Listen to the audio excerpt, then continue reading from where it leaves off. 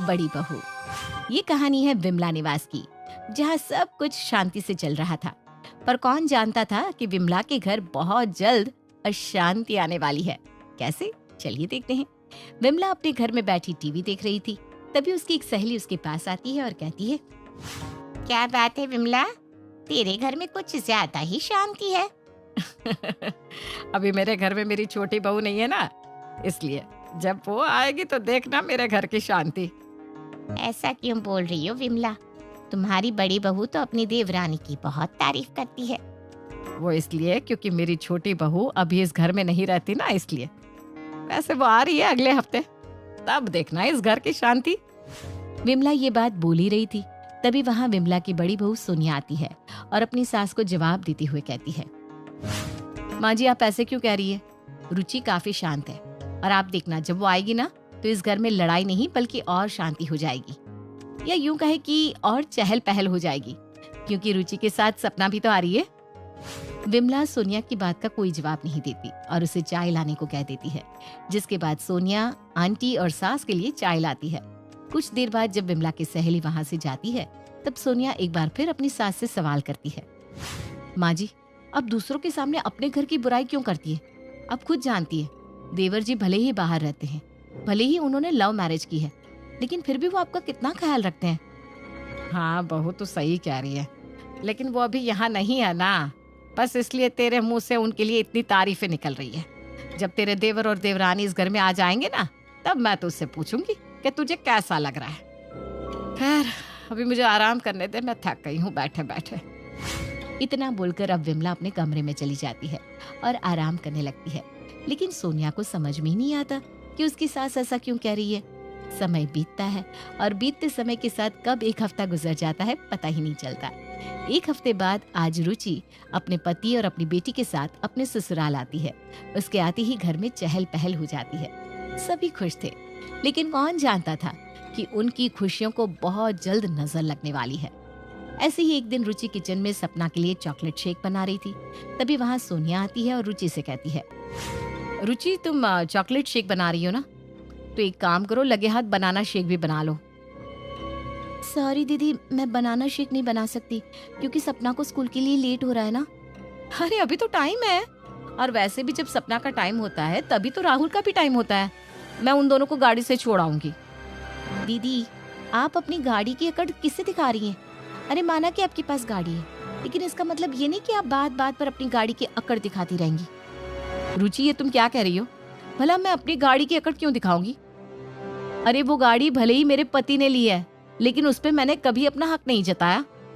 लेकिन अभी तो आप वही कर रही है ना। रुचि की ऐसी कड़वी बातें सुनकर सोनिया को गुस्सा आ जाता है और वो गुस्से में उससे कहती है, बस रुचि बहुत हो गया, तुम तब से मुझे बोले जा रही हो, लेकिन मैं कुछ नहीं बोल रही। अरे मैं कुछ नहीं बोल रही, इसका मतलब ये नहीं कि तुम कुछ भी बोलती रहोगी, और हाँ अगर तुम्हें नहीं बनाना तो मत बनाओ। इतना बोलकर सोनिया अब खुद ही अपना काम करती है। समय गुजरता है और गुजरते समय के साथ अब आए दिन उन दोनों देवरानी जेठानी की लड़ाइयाँ होने लगती है। ऐसे ही एक दिन रुचि अपनी कुछ सहेलियों को बुलाती है और उनके सामने अपने पति की तारीफ करती है। यार नेहा, तुम्हें पता है मेरे पति ना मेरी सास की बहुत सेवा करते हैं, उन्हें कभी किसी चीज की कमी नहीं रखती। तुम्हें पता है जब भी माँ जी या बाबूजी कुछ मांगते उसी वक्त वो उनके सामने होता है। रुचि ये बात बोल रही थी, तभी वहां पर सोनिया आती है और सोनिया को देखकर वो जानबूझकर और फेंकने लगती है। ये देखकर उस समय तो सोनिया कुछ नहीं बोलती, लेकिन जब रुचि की सहेलियां चली जाती है तो सोनिया रुचि से कहती है, रुचि तुमने खुद को क्या समझ रखा है? अरे तुम किसी के भी सामने कुछ भी बोलती रहोगी। दीदी मैंने ऐसा भी क्या बोल दिया जिसे सुनकर आप भड़क रही हैं? देवर जी सब करते हैं? भूलो मत, इस घर में मेरा पति सब करता है। तुम्हारा पति कमाता है और सिर्फ तुम्हें ही देता है, लेकिन मेरा पति कमाता है तो वो इस घर को चलाता है। बस दीदी बहुत बोली आपने और बहुत सुन लिया मैंने। बहुत देर से आप अपने पति के गुणगान किए जा रही हैं, लेकिन अब नहीं। आपको बता दूं, भले ही आपका पति इस घर में खर्चा देता होगा, लेकिन मेरा पति इस घर में खर्चे के साथ माँ बाबूजी की दवाइयाँ भी संभालता है। वो दोनों आपस में लड़ रही थी कि तभी वहाँ विमला आती है और उन दोनों को फटकार लगाकर चुप करवाती है। अपनी सास की फटकार सुनने के बाद दोनों अपने अपने कमरे में चली जाती है। समय बीतता है और बीतते समय के साथ रुचि और सोनिया के ससुर की तबीयत खराब हो जाती है।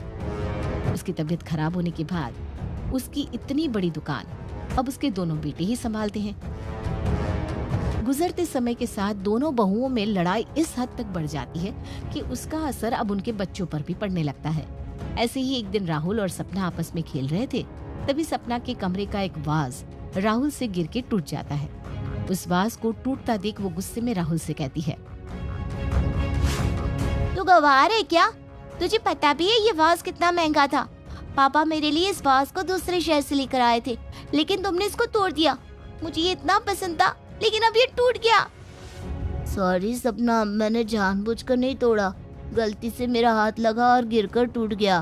चुप करो, और तुम्हें तो इसकी कीमत भी पता नहीं होगी। तुम्हें क्या, तुम्हारे पापा को भी इसकी कीमत पता नहीं होगी। ताऊ जी ने और तुमने आज से पहले इतना महंगा वाज देखा है क्या? सपना ये बात बोल रही थी, तभी वहाँ विमला आती है और जोर से एक थप्पड़ मारती है। सपना अपनी दादी से सवाल करती है, दादी, आपने मुझे थप्पड़ क्यों मारा? वो इसलिए क्योंकि तू भी इस घर में रहकर इस घर की बदतमीजी सीख रही है। जैसे तेरे माँ बाप आपस में बोलते हैं, लड़ते हैं, झगड़ते हैं, ठीक उसी तरह तुम दोनों की भी जुबान गंदी हो रही है।